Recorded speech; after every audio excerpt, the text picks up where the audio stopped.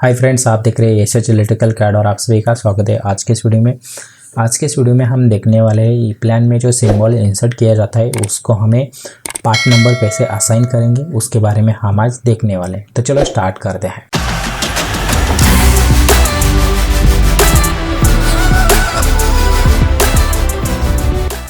पिछले वीडियो में हमने देखा था ड्यूअल स्टार्टर की सर्किट डायग्राम हम कैसे बना सकते हैं।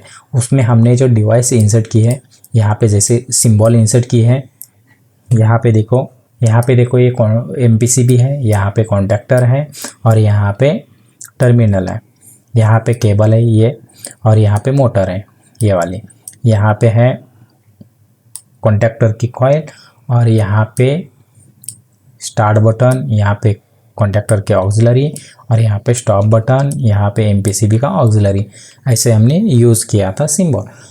तो अभी हम इसको देखेंगे पार्ट नंबर कैसे असाइन करेंगे। एक तरीका देखेंगे। पहला तरीका है, आपके पास या तो पार्ट होना चाहिए या तो आपको मैन्युअली जाके ढूंढ के आपको असाइन करना है। तो पहला हम देखेंगे मैन्युअली कैसे किया जाता है।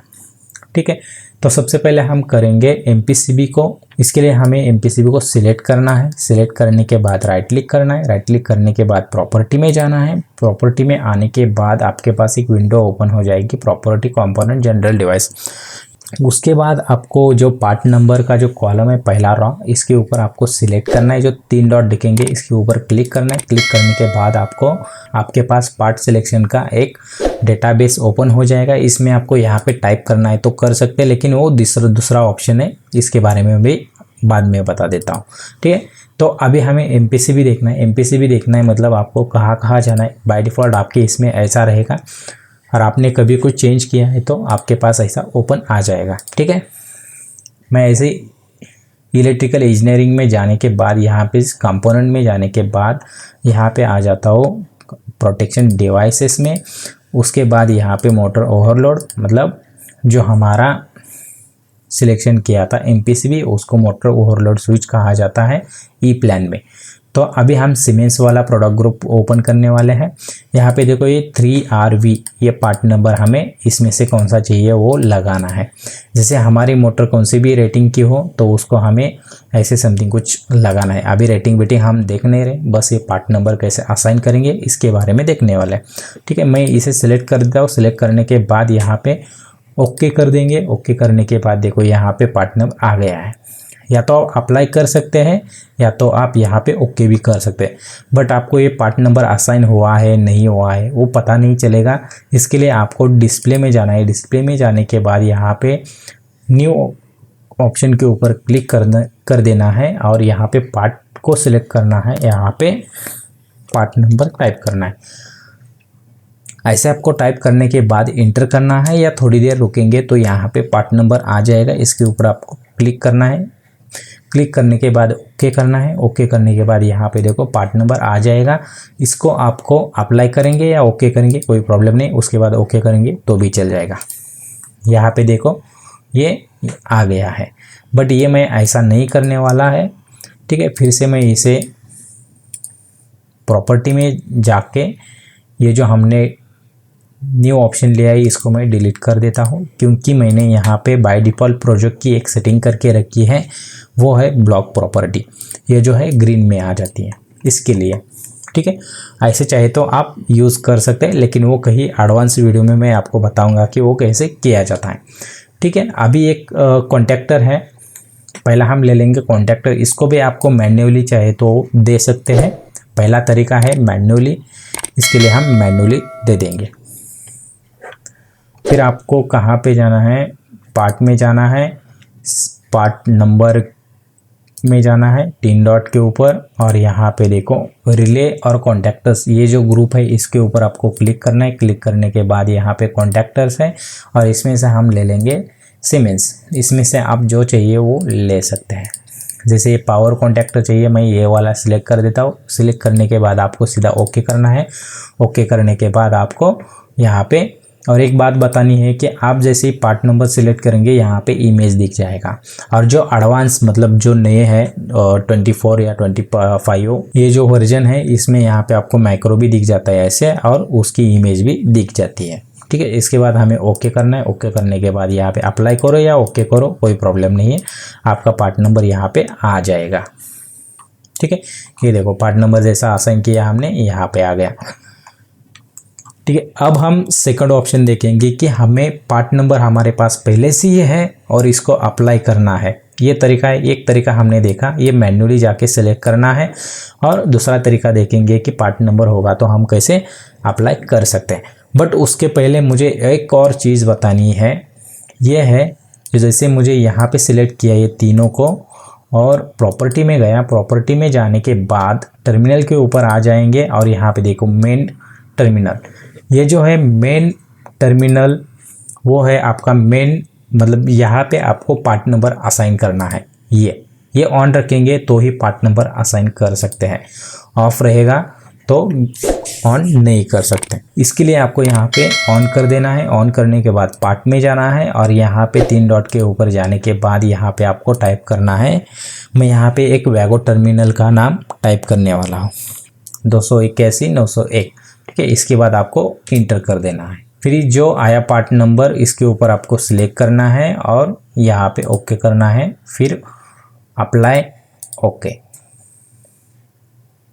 यहाँ पे आया नहीं है क्योंकि हमने इसका ब्लॉक प्रॉपर्टी ऑन नहीं किया है। आपको चाहे तो देखना है तो फिर से आपको प्रॉपर्टी में जाना है और यहाँ पे क्लिक करने के बाद इमेज आता है, इसका मतलब आपका पार्ट नंबर डेटाबेस में असाइन है, ऑलरेडी पार्ट नंबर सिंबल को असाइन किया है।